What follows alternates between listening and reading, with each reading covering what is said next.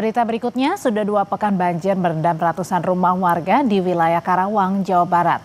Selain merendam rumah warga, banjir juga merendam gedung sekolah, banyak fasilitas yang rusak. Siswa tak bisa belajar di sekolah.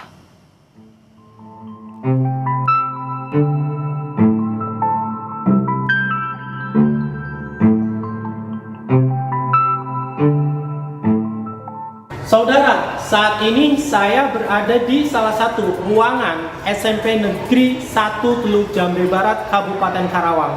Ini adalah ruangan perpustakaan SMP Negeri 1 Teluk Jambe Barat, dan bisa dilihat langsung kondisi dari ruang ini berantakan. Meja, kursi, serta ribuan buku-buku ini rusak akibat terendam banjir.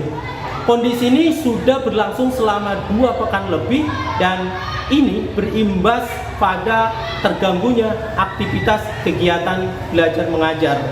Pasalnya, tidak hanya ruang kelas ini atau ruang perpustakaan ini yang terendam banjir.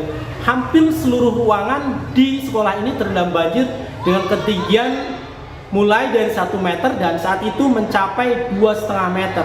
Sehingga ini mengganggu seluruhnya dan aktivitas kegiatan belajar mengajar di sekolah ini lumpuh total. Kebijakan mengambil kegiatan belajar mengajar secara daring ini diambil agar kemudian siswa tetap bisa belajar. Namun persoalannya, hampir 50% siswa di sekolah ini adalah warga sekitar yang juga ikut menjadi korban banjir.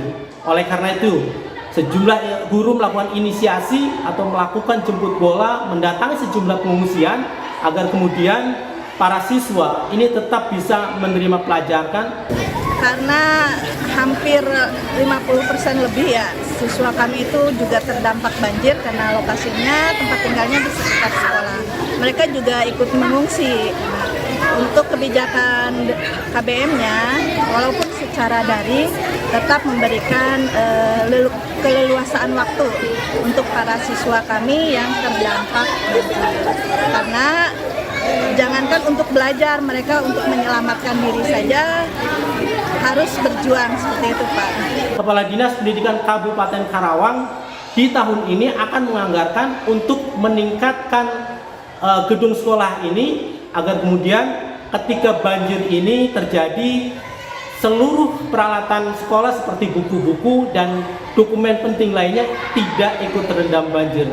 Dan diharapkan dengan solusi tersebut, dampak banjir yang ditimbulkan tidak begitu besar hingga kegiatan belajar mengajar di sekolah ini pasca banjir surut bisa tetap dilakukan tanpa ada kekurangan fasilitas seperti buku, meja, dan fasilitas lainnya.